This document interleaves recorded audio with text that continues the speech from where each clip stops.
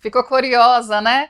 Para saber um pouquinho do que ele vai falar a respeito da estatística de suicídio no mundo, de que a cada 4 pessoas que se suicidam, 3 são homens. Então vem com a gente, segunda parte do nosso Autonomia Feminina, Vozes que Giram o Mundo, com o Sandro Justo, falando sobre masculinidades. Vou Começou. fazer uma correção. Ficou curiosa e ficou curioso. E curiosê E também. curiosê. Mas essa questão é complicada, mas vamos lá. Bora, Sandro, e aí? Bom, então, vamos lá, dando prosseguimento, né? Por que eu joguei esse dado estatístico, né? Porque vocês fizeram essa provocação, né? Do quanto que a masculinidade hegemônica, né? Ela é tóxica, obviamente, para as mulheres, mas ela também, né? Em grande medida, é tóxica para os homens, né? É, Viver essa masculinidade, né, é um desafio enorme, né, para nós homens, né? É um desafio que, ao mesmo tempo, é caracterizado por enormes privilégios, né? Mas eu garanto a vocês, né, que todo homem, em alguma medida, alguns, obviamente, em maior medida, outros em menos medida, mas todo homem, em alguma medida, né, se viu, em algum momento da sua vida, muito angustiado, né, por conta dessa necessidade social de performar essa masculinidade hegemônica. Né? A masculinidade, né, do ser infalível. Né? Eu gosto muito nesse debate, cara, de trazer um episódio que para mim foi muito simbólico, né, de uma passeata do ex-presidente, né, agora felizmente condenado e preso, né, Bolsonaro, de uma passeata que não vou me lembrar agora o local, a data, né? Mas de repente vocês vão se lembrar desse episódio, que no meio do palanque ali da passeata dele, as pessoas começaram a gritar imbrochável, né? Uma coisa até meio caricata. Isso, né, viralizou na época, né? E quando eu assisti isso, eu pensei, falei, cara, esse episódio é muito simbólico, né, do quanto que essa masculinidade hegemônica é uma coluna vertebral, né, do crescimento da extrema-direita, né? Porque esse grito do imbrochável, ele simboliza muito perfeitamente o que é essa masculinidade, né? Porque essa masculinidade é pautada numa visão do homem enquanto um provedor infalível, né? Um homem que performa uma masculinidade, né, totalmente isenta de fragilidade. E todo homem, em algum momento na sua vida, né, se viu, de certa forma, sufocado por essa exigência social, né, perdão, em performar essa masculinidade. Então, Espera aí que minha cabeça está indo lá no mundo.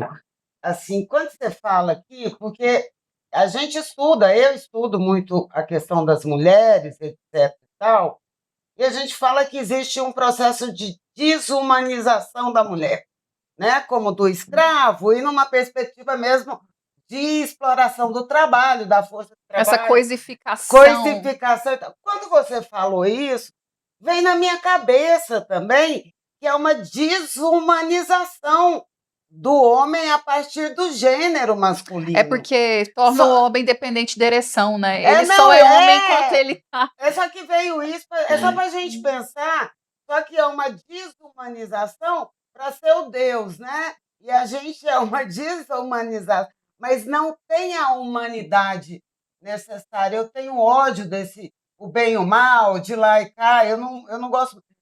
Só esse detalhe, porque na hora que você falou, você foi criando o quadro, eu falei, isso não existe, isso não é humano. Isso é um super-herói. Isso é sabe, isso é a mão do mercado, a mão do. Isso não existe.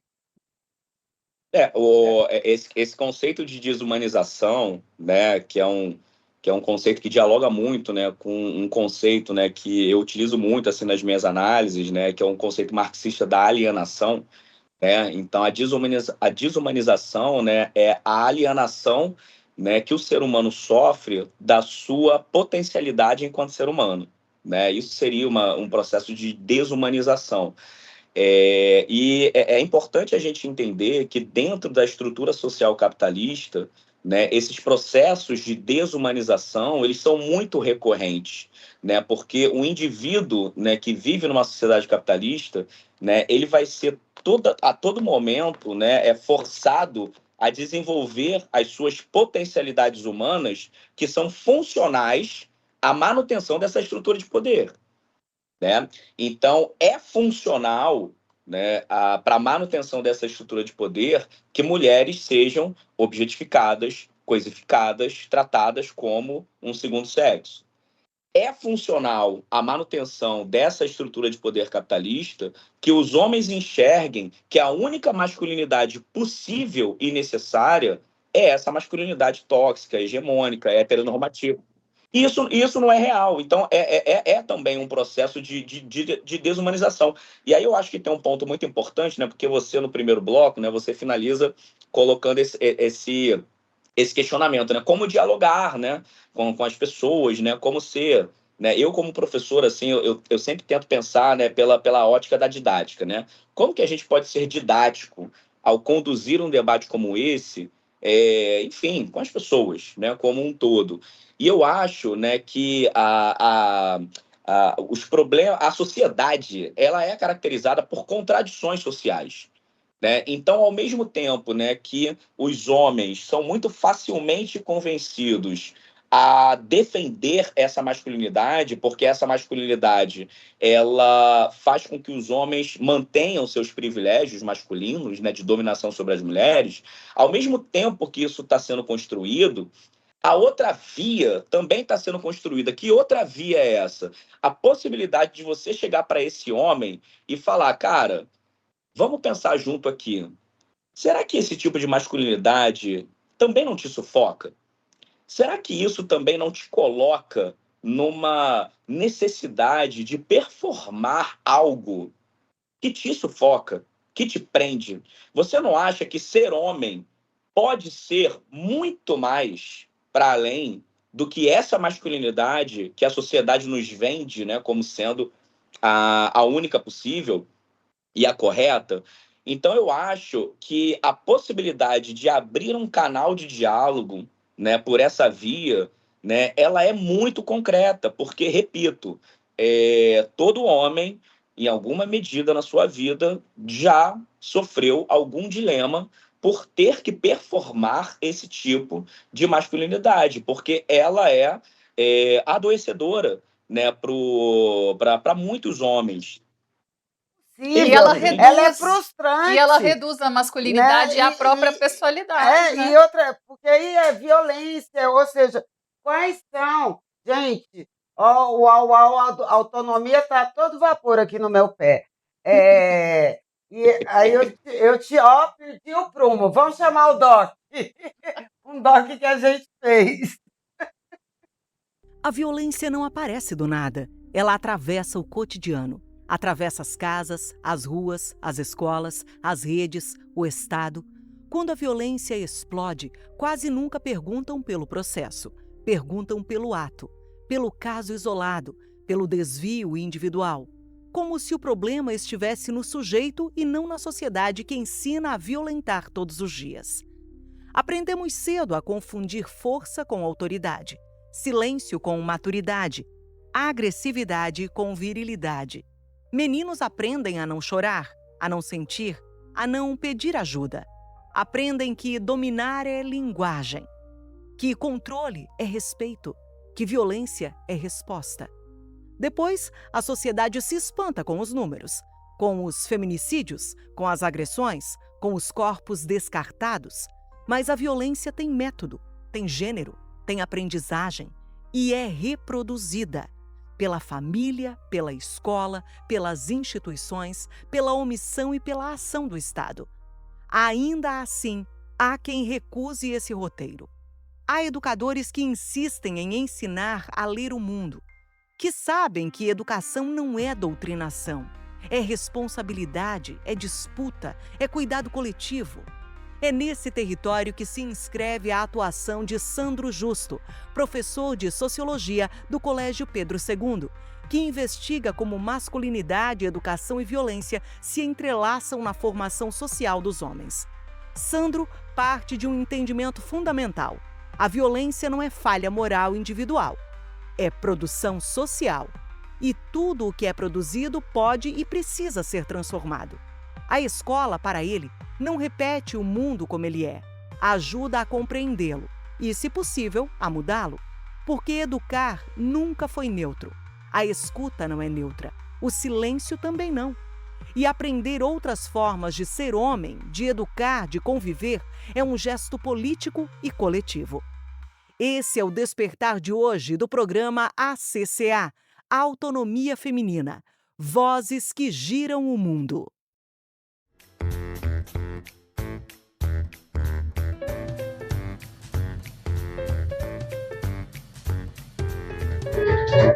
Sandra, então, depois desse doc, do debate acalorado antes dele, eu quero te fazer uma pergunta.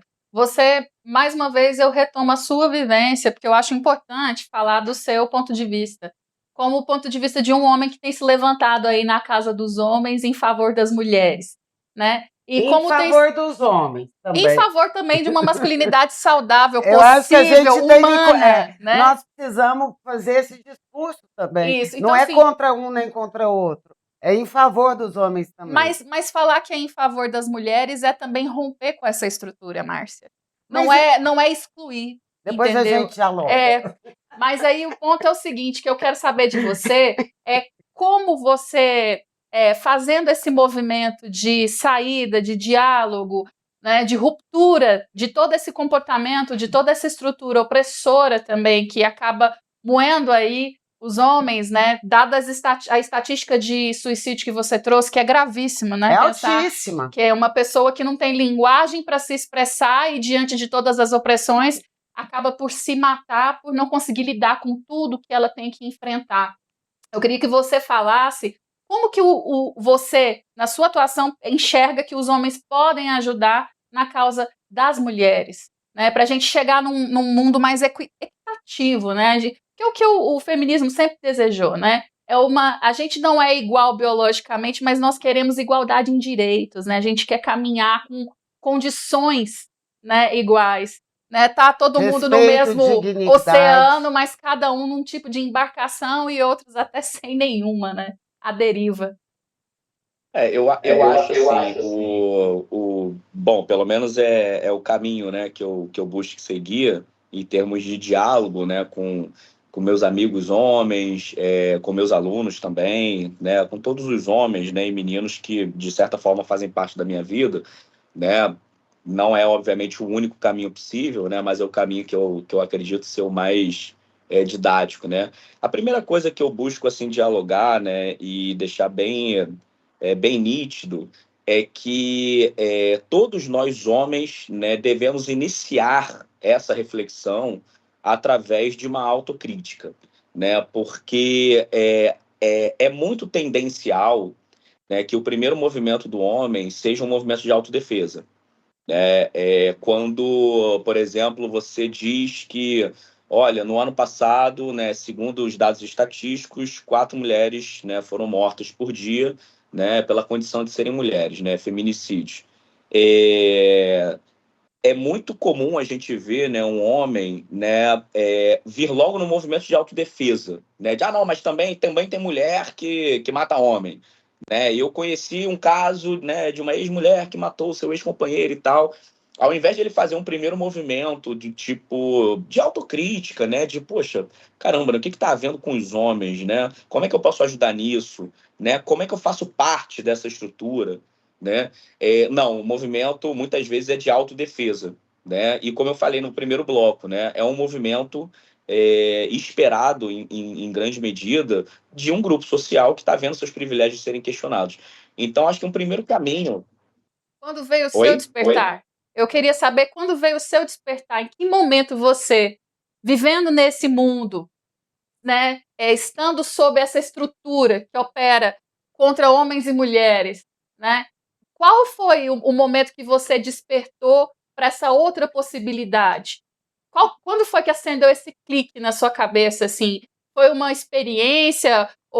Queria que você falasse sobre isso, Ele entendeu? falou, foi o livro que ele. Não, ele falou do livro, mas eu acho que é anterior Em até termos o de. livro que ele tinha lido.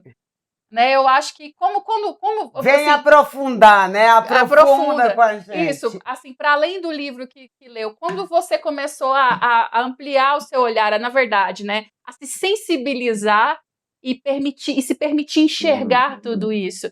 E a partir disso, quando veio esse despertar, tipo, eu preciso fazer alguma coisa. Quando você falou da agenda, que a agenda feminista, de fato, ela tem que ser negativa para os homens, eu concordo com essa fala totalmente. Mas quando você acordou que vocês, homens, têm essa responsabilidade de fazer uma agenda positiva?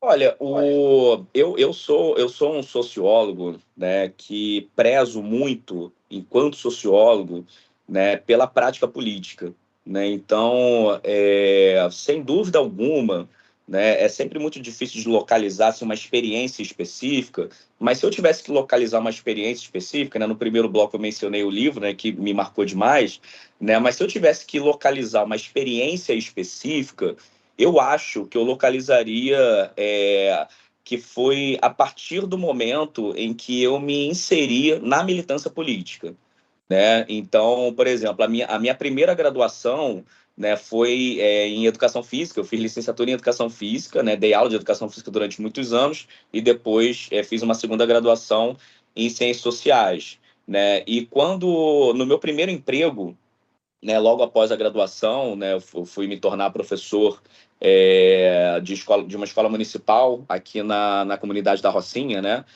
uma comunidade bem conhecida aqui no Rio de Janeiro. E logo que eu me tornei professor do município, eu me filiei, né, ao sindicato, ao CEP, né, que é o Sindicato Estadual dos Profissionais de Educação aqui do Rio. E a partir daí eu me inseria, né, no movimento sindical, na militância política, e através da militância política, né, você vai tendo contato, né, com as lutas sociais, e aí, obviamente, com as lutas feministas. Né? Então, sem dúvida alguma, se eu tivesse que localizar, né, um momento ali de ruptura, né, subjetiva minha, né, certamente seria, né, através da inserção, né, nas lutas sociais, nas lutas políticas, na militância, né? É por isso que eu considero assim ser muito importante estar conectado, né, com as lutas sociais, estar inserido nas lutas sociais ou acompanhar minimamente as lutas sociais, porque eu não tenho dúvida, né, que dentre as minhas duas graduações, o meu mestrado e o meu doutorado, o que me formou de fato, né, foi a luta social, foi a luta política, foi a militância política, né? Estar inserido nas lutas sociais foi o que promoveu, né, esse rompimento. Mas eu queria assim, deixar assim, muito nítido que essa ruptura, né, subjetiva, né, que eu mencionei aqui, né, esse salto de consciência, ele é um salto de consciência que ele não se finaliza, né, de forma absoluta, né? Esse salto de consciência, ele é um salto contínuo. O que eu estou querendo dizer é que a desconstrução, né, das influências dessas estruturas sociais hegemônicas dentro da nossa subjetividade, da nossa personalidade, é uma desconstrução diária, é uma desconstrução a todo momento. Então, e aí eu acho que essa conversa, né, ela é muito importante, né, de ser feita, né, com os próprios homens, né, porque, né, não basta, né, você, né, ter um letramento de gênero, um letramento político, se alinhar com as pautas feministas.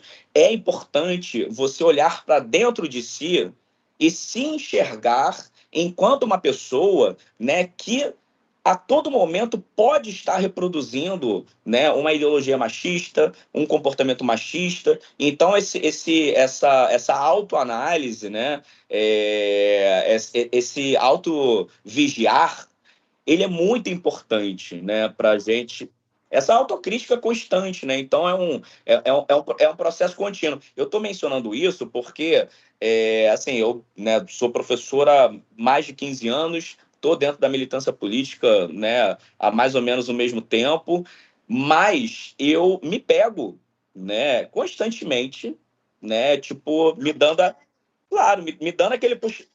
Oi?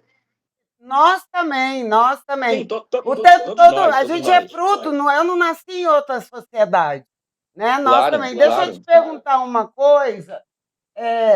Você toma essas posições, você dá aula, você pegou um momento na sala de aula que foi crescendo a escola sem partido, que professor está doutrinando, etc. e tal. Quais as pressões que você está passando e passa por tomar essa posição? Porque é um lugar, é um mundo em disputa e a gente disputa gestos, pensamento, ação, disputa o mundo. Qual que é? O que você anda passando? Conta aí pra gente. E Então, o que vamos que você lá. passou? Eu sempre, né, eu sempre digo, né, costumo dizer, né, para os meus colegas educadores, né, professores e professoras, que quando a gente consegue, né, se aproximar, né, dos responsáveis, né, dos nossos alunos, quando a gente consegue se aproximar, né, de toda a comunidade escolar como um todo, através do diálogo constante, a gente descobre que, no fundo, a gente tem muito mais apoiador do que, né, perseguidor e etc. Né? Então, por que eu estou mencionando isso? Né? Porque quando você, né, traz essa questão, né, do escola sem partido, essa perspectiva da doutrinação, etc., né? Aí só abrindo um parênteses, né? É engraçado que você ensinar, sei lá, Marx dentro de sala de aula, eles chamam de doutrinação, né? Mas eu não tenho dúvida que o modelo das escolas cívico-militares não tem nada de doutrinação para eles, né? Então, assim, a doutrinação para eles tem endereço e CEP muito bem definido, né? É todo conhecimento que, obviamente, eles né, não concordam, né? Então é isso que eles chamam de doutrinação. Mas, enfim, fechando esse parênteses. Mas quando você faz essa problematização, eu acabo lembrando aqui de uma experiência recente que eu tive, né, no ano passado, no meio do ano passado, na verdade, onde eu levei os meus alunos, né, para uma atividade pedagógica, né, uma visita pedagógica, a um assentamento, né, do MST, o Movimento dos Trabalhadores Rurais Sem Terra. E aí, obviamente, né, peguei a permissão dos responsáveis, né, levei lá os alunos para essa atividade pedagógica. A gente passou um dia inteiro lá no assentamento, participamos de várias atividades com os assentados do MST, né? E aí eu gravei um vídeo, né, sobre esse passeio. E aí tiveram alguns influenciadores, né, da extrema-direita que, né, viram meu vídeo e aí me atacaram e etc. Né? E aí nesse vídeo, né, num vídeo específico assim que um influenciador me ataca, né, tem um momento, eu fiz um react, né, contra esse vídeo, desconstruindo todas as baboseiras que ele falava.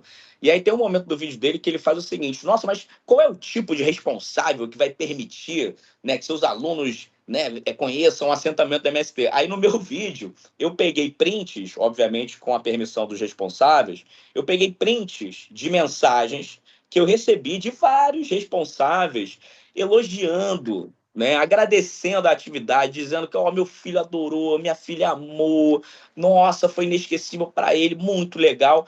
E prints, cara, mensagens de responsáveis que não são militantes, né, de esquerda, não, são pais e mães responsáveis, trabalhadores e trabalhadoras que confiam no trabalho pedagógico do educador e da educadora, né? São pais e mães responsáveis que nunca tinham ouvido falar no MST, mas que confiam no trabalho do professor, até porque faz parte das diretrizes educacionais brasileiras no campo da sociologia, promover o conhecimento sobre movimentos sociais. Esse é um conteúdo previsto na nossa legislação, né? Então, por isso que eu digo, assim, a gente, no fundo, né, quando os responsáveis, né, conhecem o nosso trabalho, a seriedade do trabalho do educador, né, ele vê, né, a gente vê que a gente tem muito mais aliado do que do que crítico, né? E é disso que essa galera do Escola Sem Partido tem medo. É disso que eles têm medo. Porque eles sabem que, no fundo, né, a gente tem muito mais apoiador do que crítico. Né? Mas eles têm medo, né, de que isso se torne público. E aí eles ficam plantando, né, essas mentiras, né, esse terrorismo, né, contra o ensino crítico.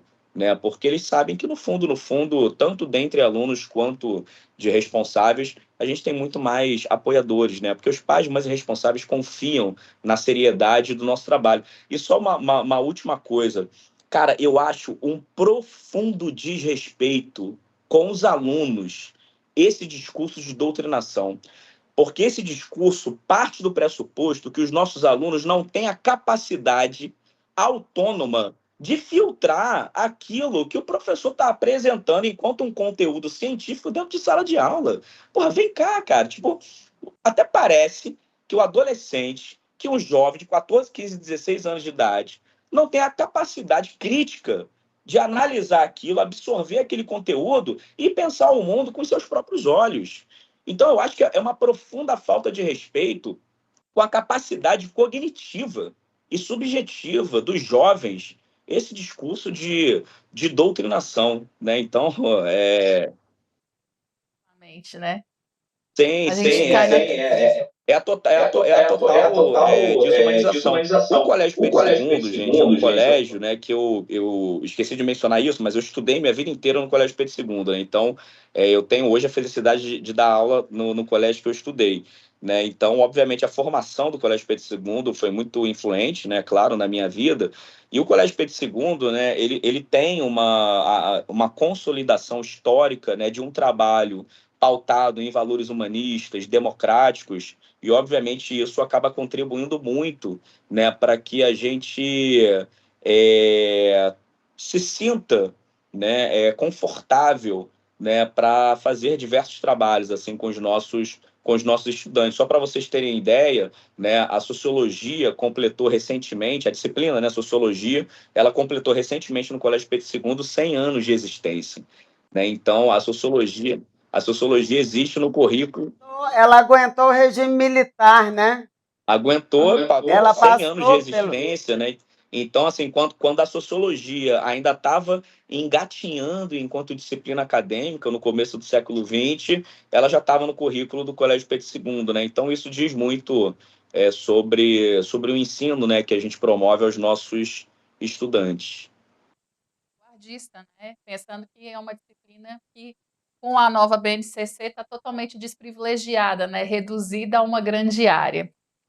Claro. Sandro, o assunto não se esgota e o nosso tempo também já está acabando. Mas eu gostaria que você fizesse as suas considerações finais. E antes disso, eu quero te dizer que os nossos microfones e a nossa rede está aqui para te apoiar e está aberto para a gente voltar a falar sobre esses outros assuntos. Afinal de contas, você é um sociólogo, cientista político, né? Professor. Então, a gente pode falar sobre diversas outras Não, quero coisas. fazer um convite. A gente tem um blog que chama Crônicas Feministas. Toda quinta-feira, toda quinta, né? Isso. Toda quinta-feira a gente lança uma crônica. Escreve uma para a gente. Opa, obrigado. Escreve uma com para a certeza. gente lá no site, tem, lá no Instagram. Hoje saiu uma também. Escreve uma para a gente Se você quiser continuar. acessar as crônicas feministas que saem hoje, é só você ir no www.acca.org, Cultura Cidade Arte, Associação Cultura Cidade Arte.org.br. Não, .org.br. É .org.br. Associação Cultura Cidade Arte. Instagram tem lá. Digita no Google lá, que você vai achar a site, gente lá. Tá tudo lá, a gente está lá. E esse programa aqui você assiste no YouTube e também nas principais plataformas de streaming de áudio, tá? No canal Autonomia Feminina. E vamos pro Sandro. Vai lá, sua mensagem final. Bom, primeiro, novamente agradecer o convite, agradecer a oportunidade, né? Espero ter contribuído minimamente, né, para esses debates tão importantes. A vontade é de ficar aqui conversando o dia inteiro, né? Porque são muitas camadas, né? Mas eu gostaria de colocar, assim, como mensagem final, né, um chamado, né, um convite à reflexão, né, e um convite especificamente voltado a nós homens, né, e aos homens que estão assistindo esse programa e as mulheres que estão assistindo, obviamente, né, mostrando, né, para os seus amigos homens, para os seus companheiros, enfim, para os homens que fazem parte minimamente da vida de vocês, porque eu acho que essa reflexão é muito necessária, né, da gente fazer, né? Eu acho que já passou da hora de nós homens assumirmos, né, o nosso lugar e a nossa responsabilidade dentro dessa luta, né, contra o machismo, contra a misoginia, né, contra todo tipo de violência de gênero, né, que tem como consequência um cenário devastador, né, como no ano passado, de 4 mulheres, né, sofrendo feminicídio por dia, e infelizmente esses dados só vêm aumentando, né? Eu costumo dizer, né, que os homens, eles, por óbvio, né, por uma questão de estrutura social, né, não por uma questão de mero desvio individual moral, mas por uma questão de estrutura social, nós homens, né, somos em grande medida parte do problema, né? Mas eu também gosto de dizer que nós podemos ser parte da solução, né? Então, eu acho que eu gostaria de deixar essa, né, essa reflexão como minha palavra final, assim, né? Fazer esse convite aos homens, né, para refletirem sobre isso e, principalmente, né, promoverem essa reflexão com os seus colegas homens, né, com os seus amigos homens, né, dentro das nossas rodas de conversa entre homens, puxarem esse assunto, colocarem esse assunto, né? Um dia desses eu estava comentando com um amigo meu, né? A gente ideologicamente, politicamente tem muita afinidade, e aí eu falei para ele, eu falei, cara, como eu sinto falta de sentar numa mesa de bar com os meus amigos homens e a gente começar a conversar sobre as nossas fragilidades emocionais, cara. Como eu sinto falta disso, né? Eu consigo ter essa conversa com as minhas amigas mulheres, eu tenho várias amigas mulheres e eu sempre estou trocando ideia, né, com elas sobre isso, mas tem horas, cara, que eu quero ouvir um homem, eu quero ouvir a opinião de um homem que tem o mesmo local de fala que eu, né? E aí eu falei para ele, cara, como eu sinto falta disso? E ele falou, cara, eu também sinto muita falta, né, da gente ter esse tipo de conversa e tal. E aí a gente fica conversando, cara, como é que a gente consegue fazer isso, né, com os moleques e tal, não sei o quê, com os nossos, né, os nossos amigos homens, nossos outros amigos e tal. Porra, não, cara, vamos puxar esse assunto, vamos puxar esse debate. Então, eu acho que é assim que a gente vai começar a dar passos maiores para contribuir nessa luta contra a misoginia, contra o machismo, sabendo que essa luta é uma luta que é para tirar a gente da zona de conforto. Não, né, a gente não pode se iludir quanto a isso, a gente tem que ter ciência disso. É uma luta que é desconfortável para a gente, mas em grande medida é uma luta que pode nos apresentar outras masculinidades muito mais saudáveis do que essa que nos é vendida como a única possível. Acho que essa seria a minha mensagem final. Muito obrigada. Está aberto as portas, o site, estamos juntos nessa luta. Vamos precisar, se tiver coisas mais, a gente vai te chamar. Queremos engrossar essa comunidade, Fortalecer essa nossa rede, a né? nossa rede Claro. entre homens e mulheres na construção de uma sociedade mais justa, que a gente seja mais feliz, Bem né? viver, né? E viver. Tomar cerveja mais à vontade. Sandro, só reforça isso, suas pessoal. redes sociais para as pessoas que quiserem ver os seus conteúdos e acompanhar o seu trabalho, antes da gente encerrar tudo de uma vez. Beleza, a minha rede social, né, prioritária tem sido o Instagram, né, e aí é só vocês procurarem lá Sanjusto85, né, San de Sandro, né, obviamente, Justo é meu sobrenome, Sanjusto85. Sigam lá, curtam, compartilhem e principalmente comentem nos vídeos, né, pra gente debater. Eu acho que isso que tem sido mais legal, assim, os comentários, né, de homens, por exemplo, comentando nos vídeos, querendo debater, querendo aprofundar as reflexões. E é isso, né? Hoje as redes sociais, sem dúvida alguma, são uma trincheira, né, de disputa e luta ideológica muito importante, né? Então, é muito importante a gente fortalecer os perfis mais alinhados, né, com as pautas progressistas. Certeza. E talvez a mesa de bar também pode ser transformada nesse ambiente virtual, né? A gente pode ocupar esse Com ambiente certeza, para falar com das certeza, nossas com fragilidades, né? A vulnerabilidade é a nossa maior força, no final das Uhum. contas, né?